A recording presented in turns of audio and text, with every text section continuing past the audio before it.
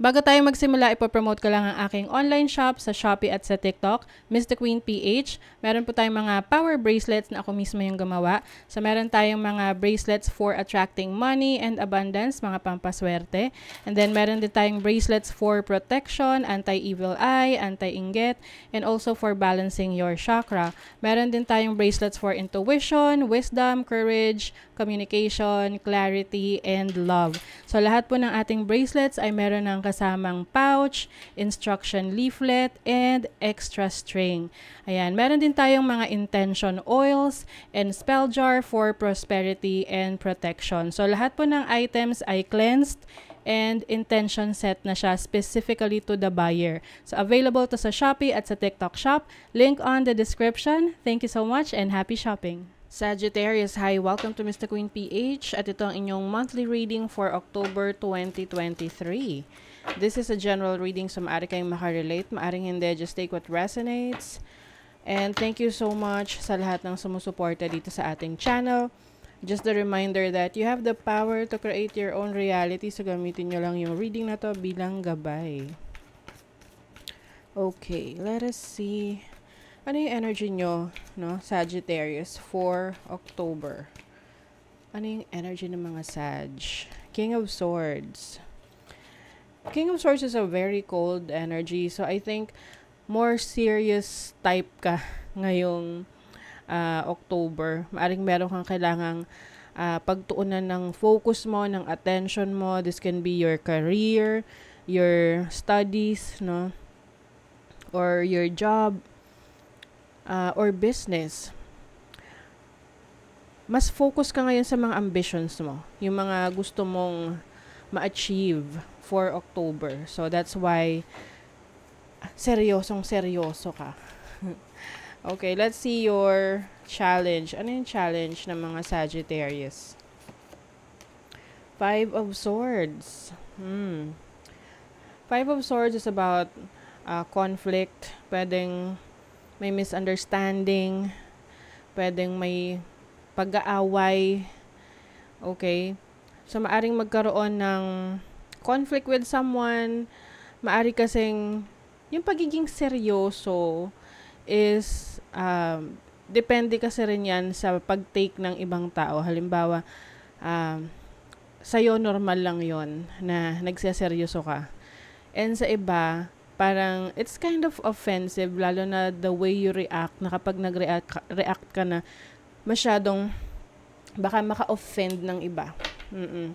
So, maaring yung pagiging seryoso mo ngayong October ay magkaroon ka ng kaaway or magkaroon ng conflict with someone. So, be careful na lang. If you feel like meron kang hindi magandang masasabi, pigilan mo yung sarili mo. Oo. Para makaiwas sa away. So, let's see naman ang opportunity. Anong opportunity ng mga Sag? Four of Cups. I feel like you will finally realize kung ano rin yung mga importanteng bagay sa buhay mo aside from mga bagay na gusto mong bigyan ng attention. So, for example, ngayon, ngayong October, may goal ka na maka-reach ka ng mas mataas na sales. Like, let's say may business ka. So, syempre, pag nag-goal ka ng mataas na sales, it is also requiring you to work, no? To work harder. So, syempre, when you work harder, sometimes we give our time, energy, and effort to that thing, no? Dun sa bagay na yun para mag-work siya. And sa ibang bagay na importante rin sa'yo, hindi mo na nabibigyan ng attention, like your family, your friends, other things.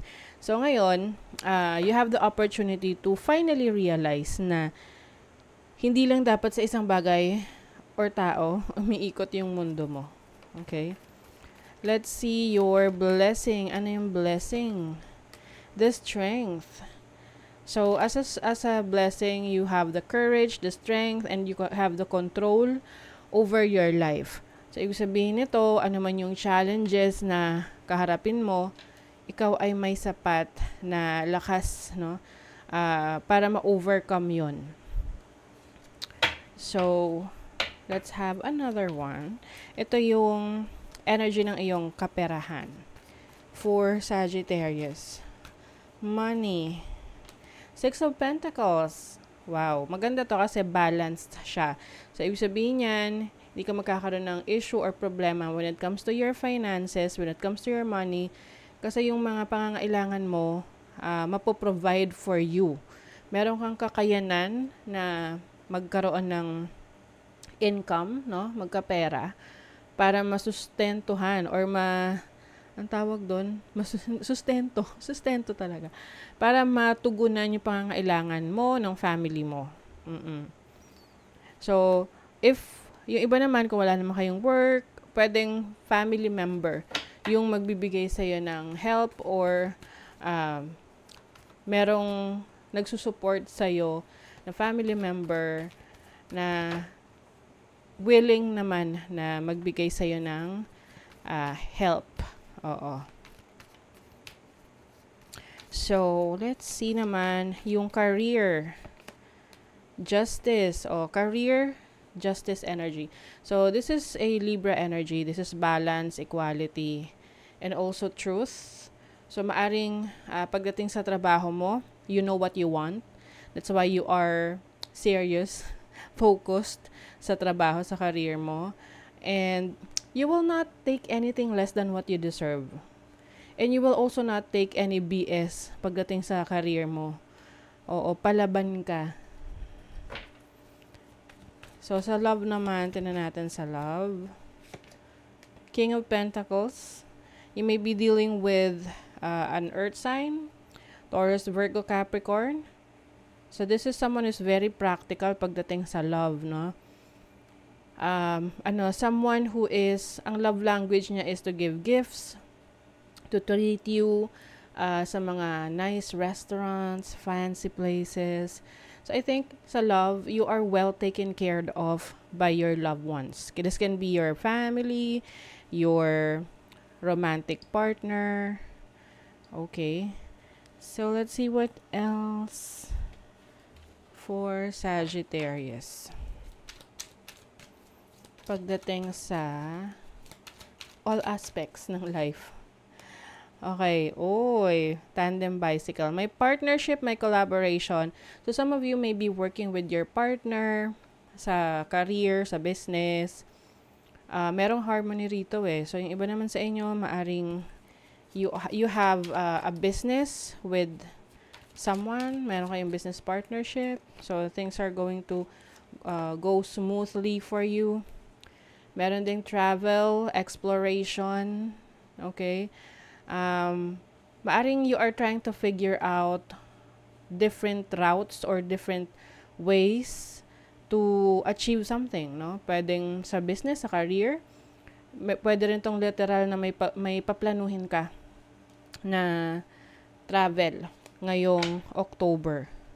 This can be related sa career mo, or pwedeng you will be traveling with your person or your loved ones ngayong October. You don't need someone else to fix you. This is being independent. And ito yung tipong hindi mo sisisihin yung iba sa mga failures mo because it is your decision, no? Ikaw yung makakapag-fix ng sarili mo. Ikaw yung makakapag-heal ng sarili mo. So, this is more on being independent. And focused also on healing. Open for healing. And then, expectations. Don't seek anyone's approval. Okay. So, for you trust your decisions. You are authentic sa sarili mo, no? Alam mo kung sino ka, ano yung gusto mo, and you don't care if there are people na nagdi-disagree sa'yo as long as you know yourself. Okay? So that's true confidence out there for you. Yes, very confident. So let's get more cards for you, Sag. For Sagittarius, October 2023.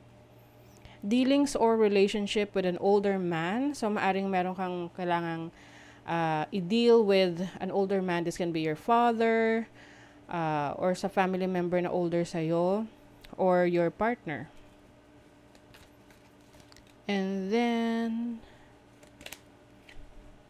archway, new opportunities, possibilities, and pathways opening up.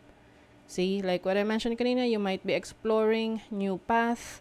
Pwede ring paglalakbay talaga to. Travel opportunities for you. Na i-explore mo. You've never been there. So, pagdating ng October, i-explore mo yan. So, that is your reading, Sagittarius. Kung nagustuhan nyo to, naka-resonate kayo, mag-comment kayo dyan. Like, share, subscribe para lagi kayong updated sa ating mga readings. Thank you so much, Sagittarius. See you again.